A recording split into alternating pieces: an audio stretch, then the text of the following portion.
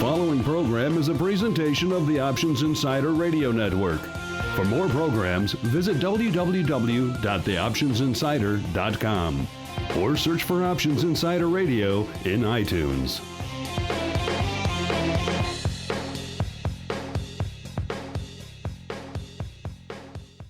Good morning, everyone. Good morning, Mr. Big. Thank you. It is my distinct honor to welcome you to the 31st Annual Options Industry Conference.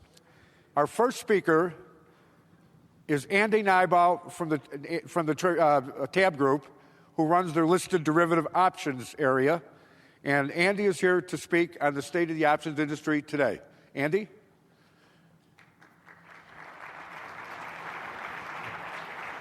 Thank you, Tom. Thanks, pal. Thanks. Good morning, everyone. Thank you all for coming out so early on a Thursday morning in Las Vegas. It's a great event over the next couple of days. I'd like to thank the CBO and all the other exchanges for all the work they did in putting this event together. There's a lot of great content, a lot of great panels over the next couple of days, and I'm looking forward to hearing about what's new and what's going on in the industry.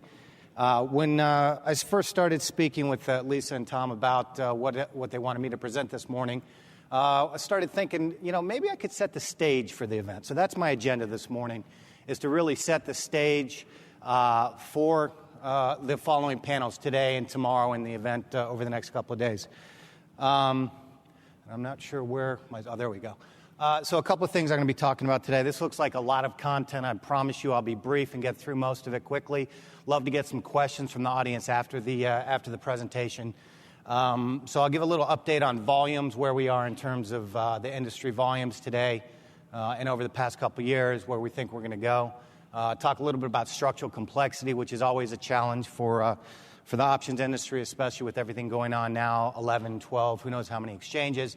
The demand, the use of technology on the buy side and the market making community, what's going on in that space, what firms are doing, what they're thinking about, how they're addressing all of the structural complexity that's out there. Talk a little bit about some growth prospects across the industry, where we've seen some strength over the past couple of months and years, and then also talk about something I think is critical to the future growth of our industry. And that's, fiscal policy, budget policy, and the political and legislative agenda that we have to deal with as an industry. The deep pockets of Wall Street and the Loop and Fleet Street are a target for governments in Europe and in the U.S., and that's a big issue. And then I'll wrap up with some comments, closing comments, and then get into question and answer if there are any. So everybody's seen the volumes lately, and we're in 2 years of decline now. Last year we saw a big drop. This year we're going to see a smaller drop unless there's some political upheaval or natural disaster or volatility event that really pushes volume. If you look at this chart, there's a couple of lines that stick out there. The 550 in August of 2011, 550 million contracts traded that month. It was a political or the downgrade of the Fed, of the U.S. government, that caused a lot of volatility that month.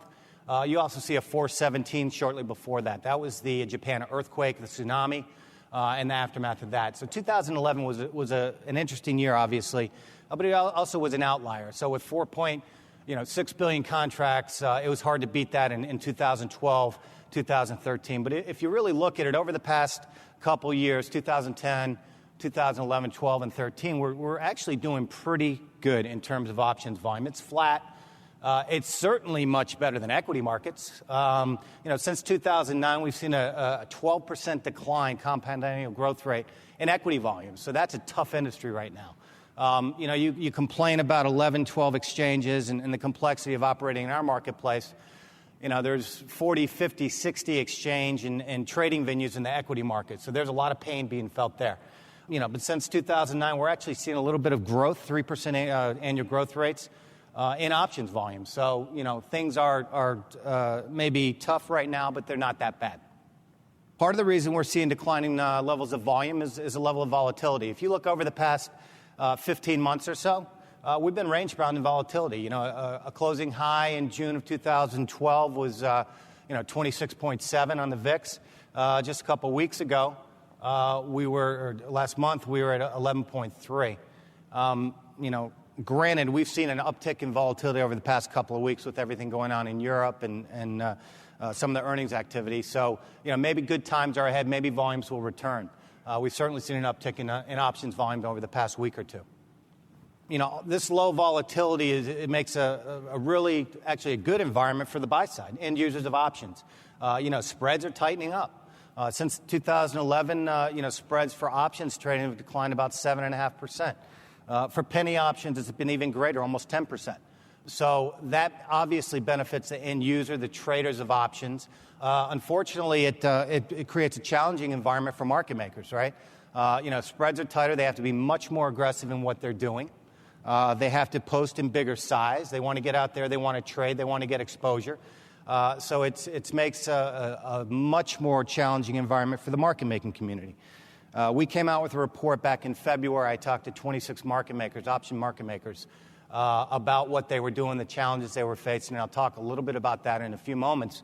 But since I did those interviews, we've lost 4 of the market makers that I spoke to.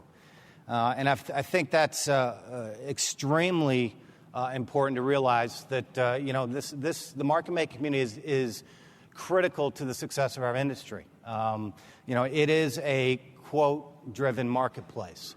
Granted, some of the shorter-term stuff, the near week and near month expirations are much more order-driven. But market makers stand behind all the liquidity on the exchanges and account for almost half of all trading activity in the options market. So talk a little bit about market structure here. When I started looking at my presentation, there are really a number of key events, and the first version of this graph had 60 or 70 images, so I shortened it up, and there's a lot of things that go on in the options market and portfolio margining and all kinds of different things that influence how the market structure has developed. But I'll call out a few key things here that I think had an inordinate impact and a big part and a big reason the options markets have become so big and so liquid.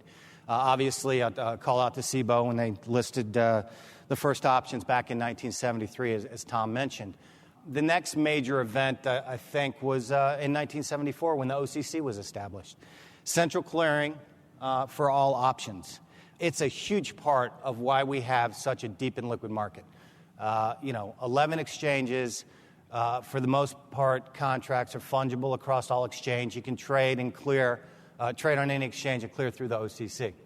I was in an event over in Europe a couple weeks ago, and they look at our market structure and they're amazed. They look at, how many exchanges, and there's one clearing institution.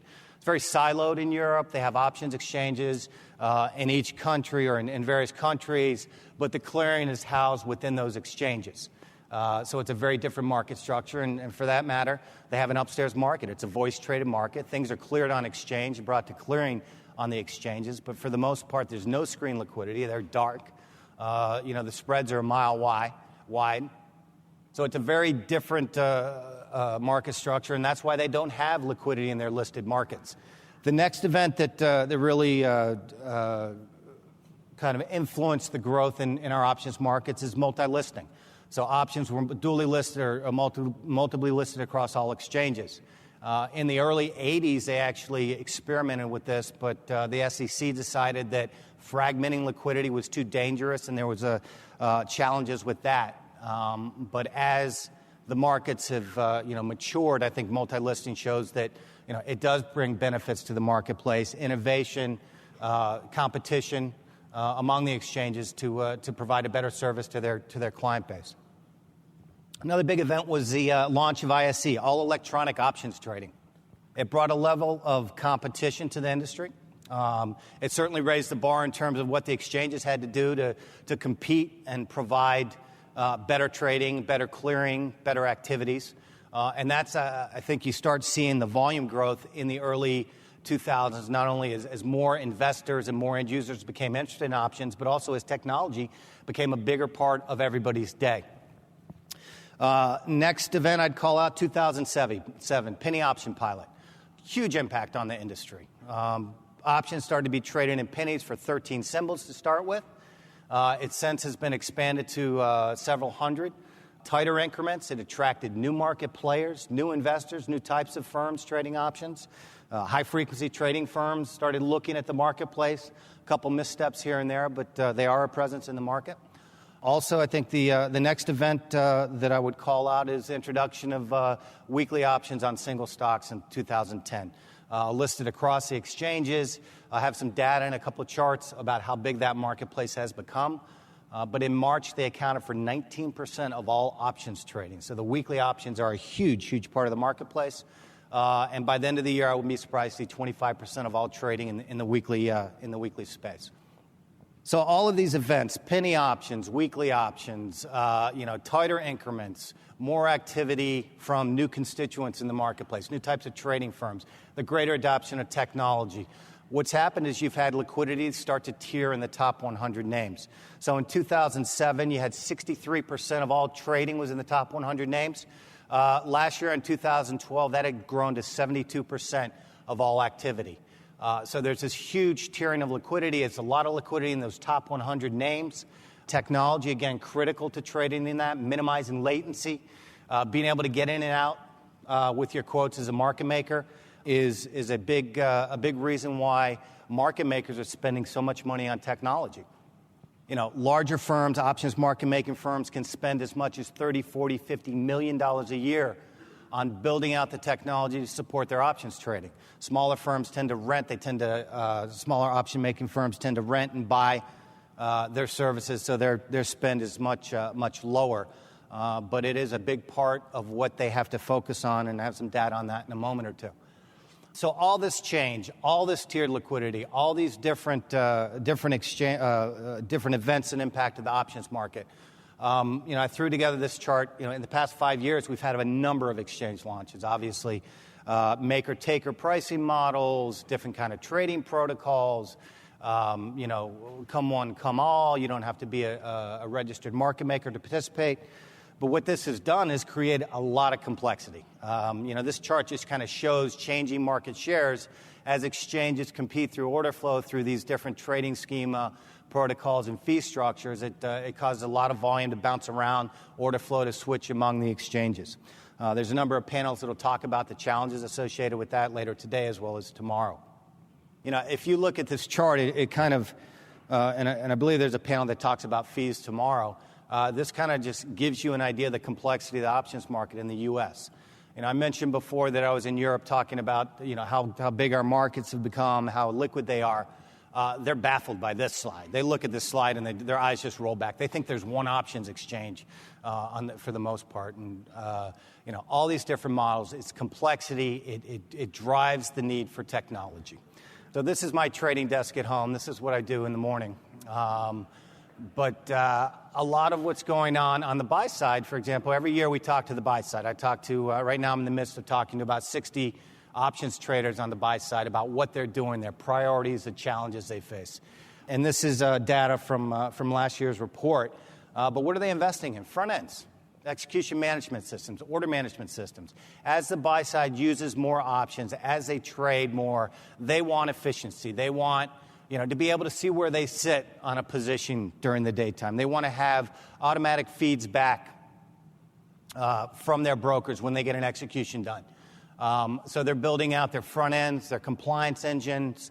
2-3 years ago, a lot of the order management systems simply couldn't support options.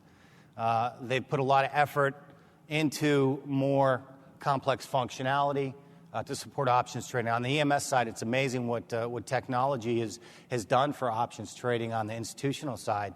But if you look at the retail investor and the tools they have at hand, and I believe there's a panel that's going to talk about that tomorrow or today, it's incredible what a retail investor can do from their desktop. And I think it's a big part of why the retail investor is still engaged in the marketplace, particularly in some of these new products.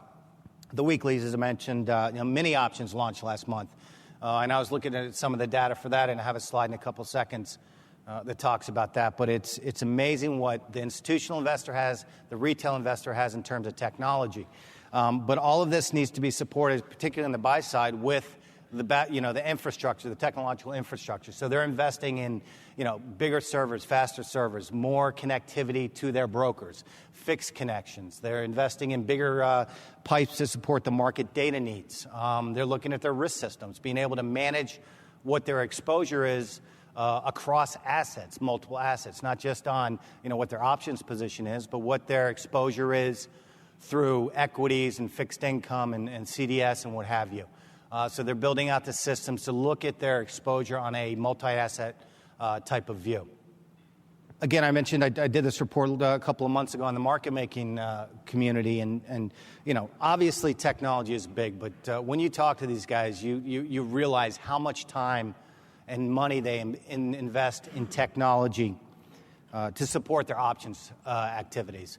The biggest headache far is technology.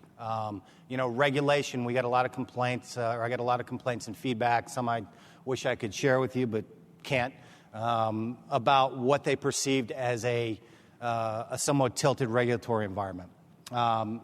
Constant inquiries from the SROs, from FINRA, from other regulatory oversight agencies looking to understand what they do.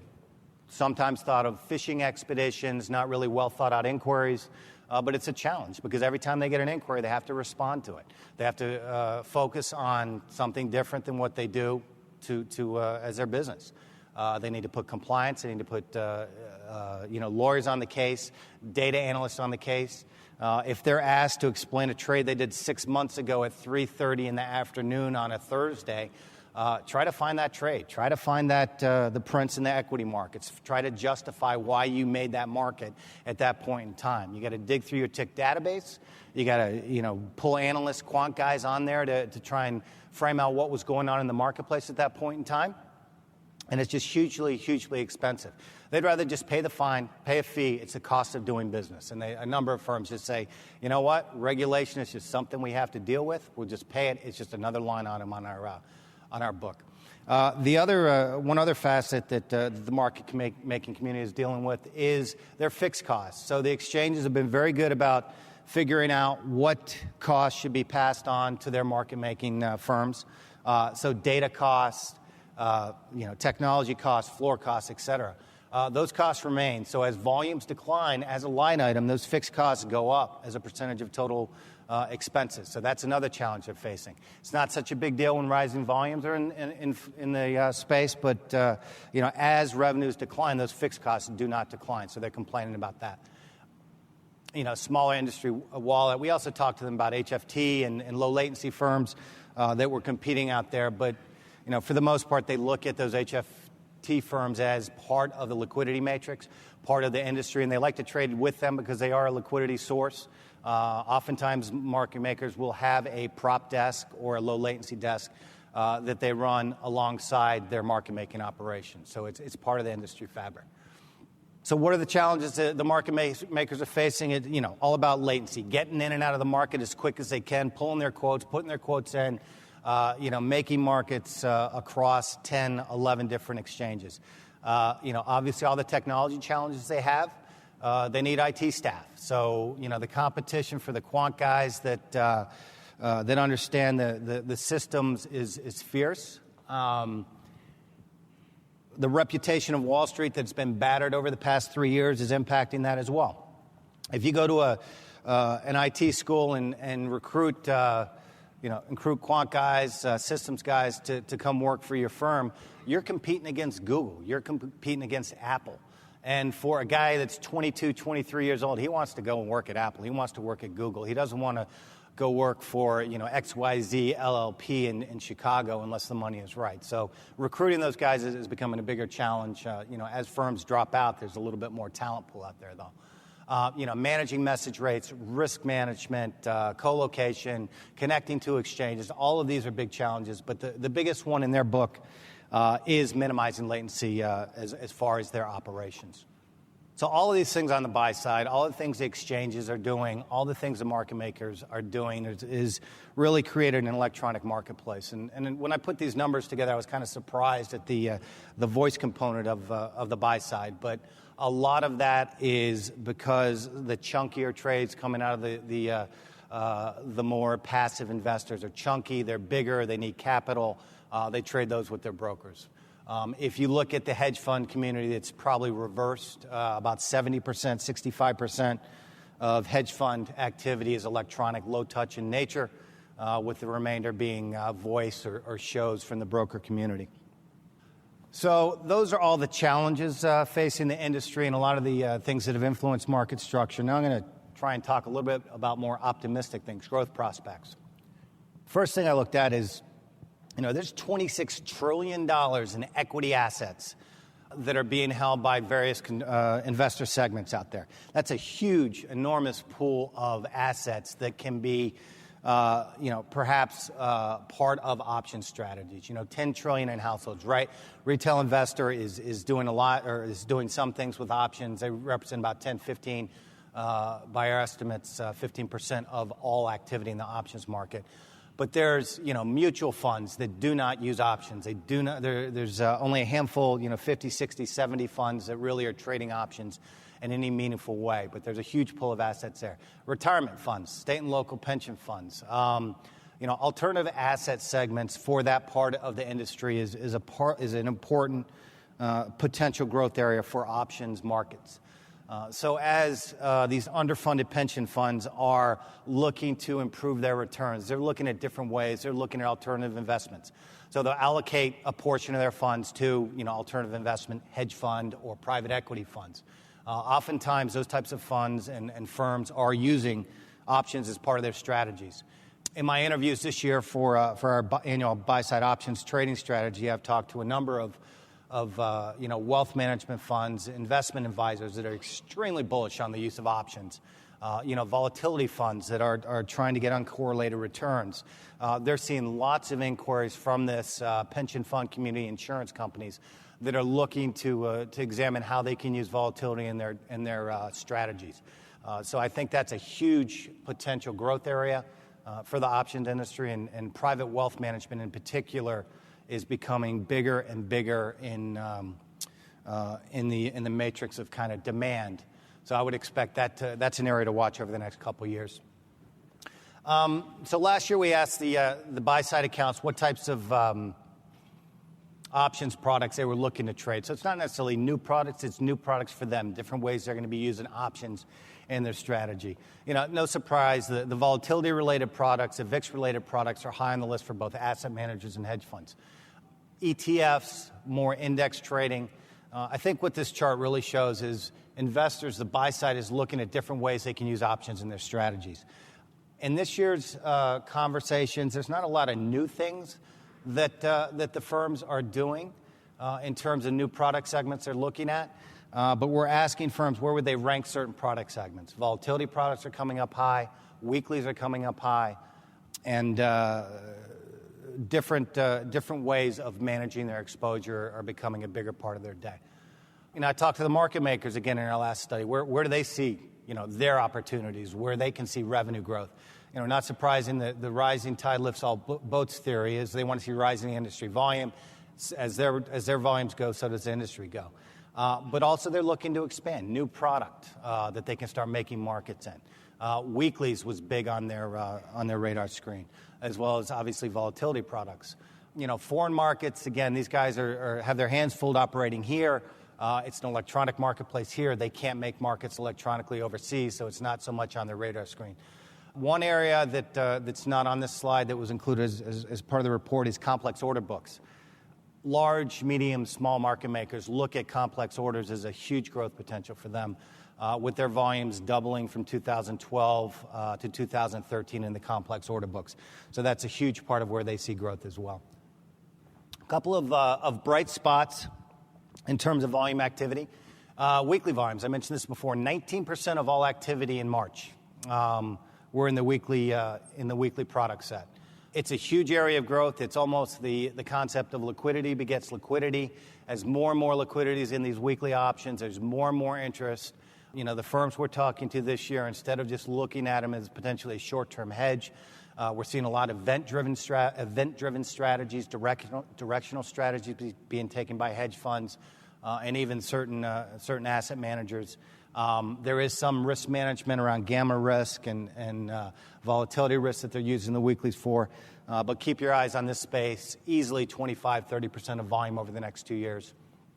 The VIX products complex, obviously, even though there's volatility has declined over the past couple of years, the tremendous growth in this segment is pretty evident. Look to see the volatility products like the VIX and other segments, ETNs and exchange-traded products to grow increasingly over the next couple of years. Mini options. May not be something the institutional investment community is interested in, although I am hearing, and I had a conversation with someone recently that was actually surprised at the size of the orders in the mini options. So there's some interesting things going on right now. I was going to look at the Apple minis over the past couple of days, but did not get a chance to. But if you look, I guess, on the right side of this chart, the gold ETF, the GLD ETF, saw a huge increase. And this data are for the last 2 weeks of March and then through the first 3 weeks of April. And if you remember, there was a gold crash a couple of weeks ago. But look at the tremendous growth in the mini contracts around the GLD, the gold ETF. I would argue that we probably saw the same kind of circumstances around the Apple minis this week when they announced their earnings. So it's a huge product segment. It's targeted at retail. I'm going to be love to get feedback on that on whether or not the retail is embracing that as much as these charts show. The other thing to consider is a lot of the front ends, a lot of the trading systems haven't implemented or fully built out their support for weekly options. It's a very confusing for an individual investor to see a AAPL option and then an option symbol with a 7 behind it. They don't quite get that. So the symbology needs a little bit of work, a little more explanation, a little education for the retail investor.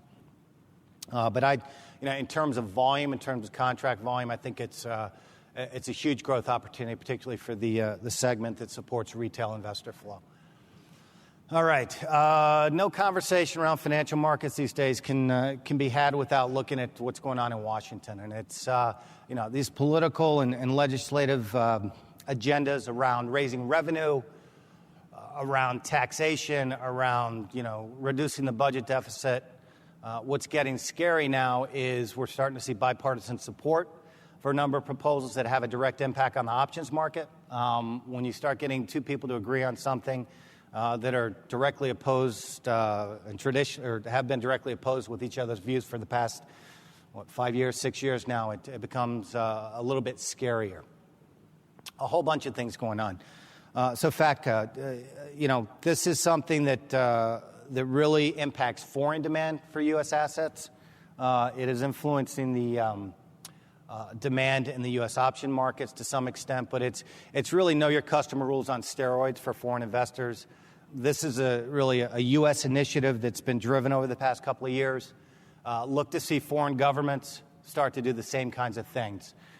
If you look at what happened in France a couple of weeks ago, last month, where one of the finance ministers was found to have a Swiss account with multiple millions of euros in it within their socialist government, that was an immediate grounds for dismissal. He resigned that day. And he started calling out what the U.S. was doing with its tax policy as a way to go.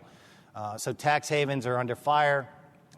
Expect to see foreign proposals to kind of limit or to keep a closer eye on how monies are moving across borders and who ultimately owns those pools of assets. 60-40 tax treatment, again, that's going to come under fire again this year. Will impact market making, will impact certain favored strategies by the buy side. So that will have an impact potentially on wholesale liquidity across various different product sets. Robin Hood tax proposals. So, everybody wants to bang on Wall Street. Everybody wants to bang on a banker. These politicians in Washington, in Europe, around the world, look at the investment banking community as an easy source of revenue, as an easy target. the FTT, the financial transaction tax, is all over the place. It is gaining wide support in Europe. Italy and France both have a financial transaction tax on their books. The impact in liquidity was pretty obvious. Trading volumes declined in both those markets. It increases the complexity of managing foreign ADRs or GDRs in the U.S. because the implications of a foreign financial transaction tax for an Italian company that has an ADR traded in New York is a burden on the market-making firms and the brokers that are active in those areas. The EU is now looking at a EU-wide financial transaction tax that could have an impact on their marketplace. One good thing in the U.S., the Treasury Secretary has said that an FTT is the wrong thing for our marketplace, and he does not support it. So that when the Treasury says they don't want to support an initiative, generally we're in pretty good shape. So, the FTT in U.S. markets is a possibility, but not a strong possibility. Right now, there are a couple proposals out there that are being bandied about. The Inclusive Prosperity Act with various tax rates on financial transactions. Hark and DeFazio have tried to put an FTT in place and have made a number of proposals over the past couple of years to get taxes on trading. It's not a national thing. It's not an international thing. It's a local thing as well. In Chicago, there is a proposal that went to committee recently that looks to tax trading value of transactions on any stock or derivative trading on a Chicago exchange. So all the exchanges in Chicago are, will have to, if this proposal goes forward and Chicago has a massive budget deficit and challenges, this could have a huge impact on exchanges domiciled in Chicago. The last one I'll call out is probably the biggest threat to the current structure of our options industry. So the CAMP proposal is a proposal that's made its way through the budget process. It has bipartisan support for instances or for proposals to tax certain events in derivatives trading. It has a mark-to-market provision for positions in derivatives. It makes the use of covered call writing, the use of puts for hedging, taxable events. It treats the use of options, traditional option strategies that have been used for 40 years, as a sale of a security. I'm not a tax policy expert, and I believe there's a panel that will talk about this, and I'm sure the exchanges will talk about this later, but it will be a huge issue and could have a huge impact on the options industry over the next year or two.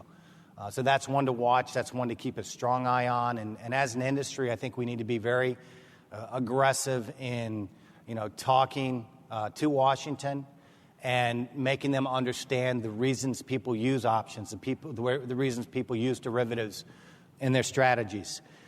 It's being positioned by some of the supporters as a method of making sure that those nasty Wall Street bankers aren't trying to evade taxes, and that rings very true in the halls of Congress and Senate down in Washington. So, as an industry, we need to be very proactive on educating our elected representatives how these options and how derivatives are used in proactive strategies to manage risk. So I am just about done here. So some of the key takeaways, I'm not going to read each one of these, but I think we're in a transition segment right now. Volume has suffered over the past couple years. All we need is a good crisis, and I think we'll start seeing some volume come back. I don't know if that's good or bad. We could be in a new normal with volatility very low for the next months and years. I mean, I think QE 1, 2, 3, 4, whatever they're up to right now has a big impact on keeping the market calm. Technology. At TABB Group, we drone on and on about how important technology is and how firms are using it out there. But it's part of the problem. It's also part of the solution to managing the complexity of the marketplace. Again, volume growth. I think a lot of it There's a huge pool of assets that could benefit through option strategies. It's getting funds, traditional funds, to change their investment policies, their prospectuses, so that they can use options as part of the strategies to manage risk and improve income and returns. I think, I mentioned the FTT before. I think, honestly, the FTT is great for the U.S. There will be capital flows out of the European marketplace. You'll see the beneficiaries of that will be Asia and the U.S., as well as London to some extent, and some of the other areas, Switzerland, Dubai, where there's a little bit more favorable acceptance of capital moves. And last but not least, the things that Washington and local governments are trying to do in terms of raising funds to reduce the budget deficit. I think that's one to watch.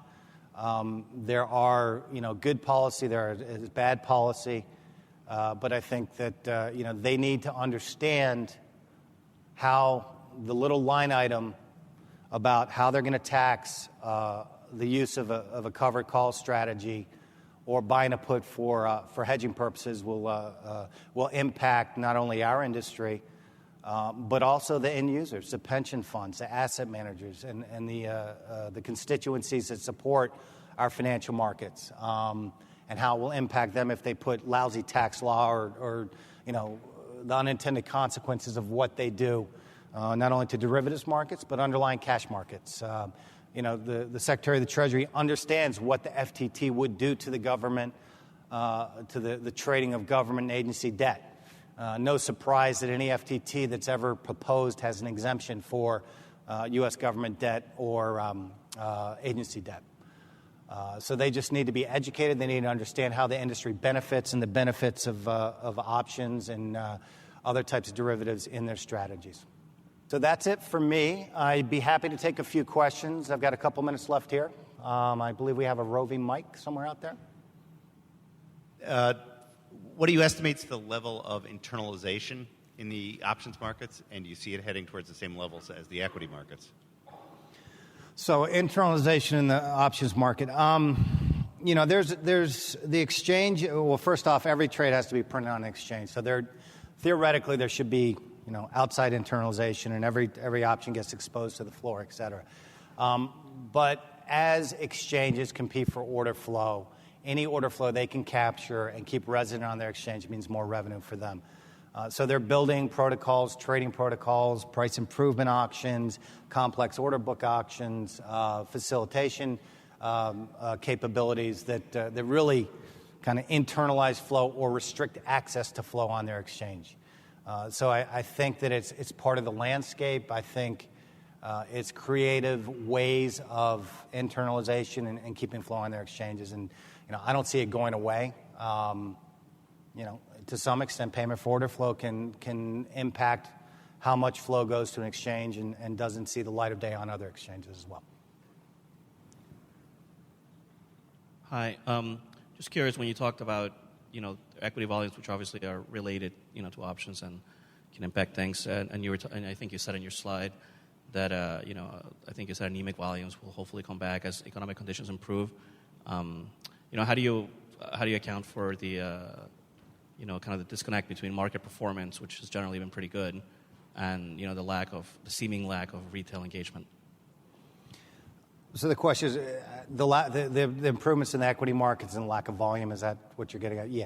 I think we've seen TABB Group keeps track of the use of fast, low latency trading strategies in equity markets, and some of the margins are out of those businesses, and it's extremely hard to make profits. I think you saw the results of GetGo in terms of what their revenues were based on their activities from 2010, 11, 12.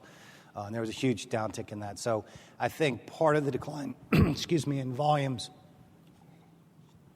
is due to the lack of those types of strategies and players in the marketplace.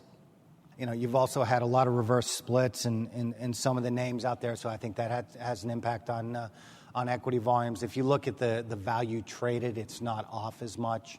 It's really a share volume circumstance. With all that said, I think as we come out of this recession, as economic activity continues to grow, there will be a huge transition from fixed income assets under management and to more equity assets. So that will drive volume, drive growth in our industry.